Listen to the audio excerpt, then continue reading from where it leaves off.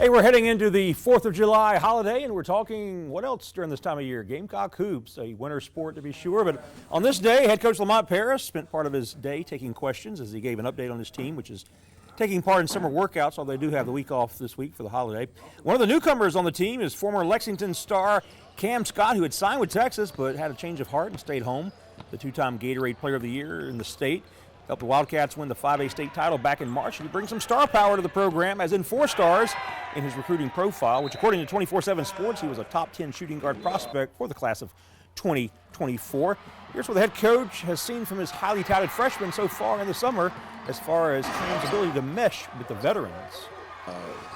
I guess when a young guy comes into a situation like this, there can be some question marks on how aggressive to be, how, not to step on anyone's toes. And our older group has done a really good job of just encouraging him to be who he is as a player and to be who he is as a person. And I think they've surrounded him and embraced him totally and completely. That'll be part of our goal, is to help a young guy like that who's shown supreme talent try to come as close to his ceiling as he can. There's no way he can get to his ceiling in 1 year.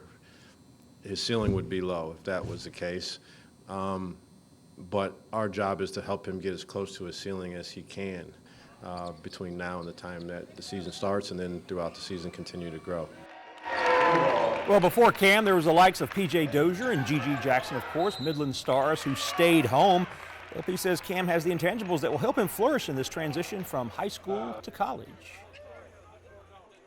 He knows the pathway for him to achieve at the highest level is that he has to learn some things, and he trusts that we can help him learn some things. So he's a really good listener, and he really takes what you teach and then puts it into to his play pretty quickly. That's a very difficult thing for young people to do, for anyone to do, but for young people especially, to hear it, process it, and then allow that information to alter your actions and behaviors. Very difficult. He's shown signs of being able to do that. But he can shoot the basketball. He's athletic, he's long. He's an SEC player in every which way physically that you would imagine, but he also is he's a very cerebral guy in terms of, and he's got a real thirst he loves basketball. He's got a real thirst for basketball knowledge and just trying to get better at the game of basketball.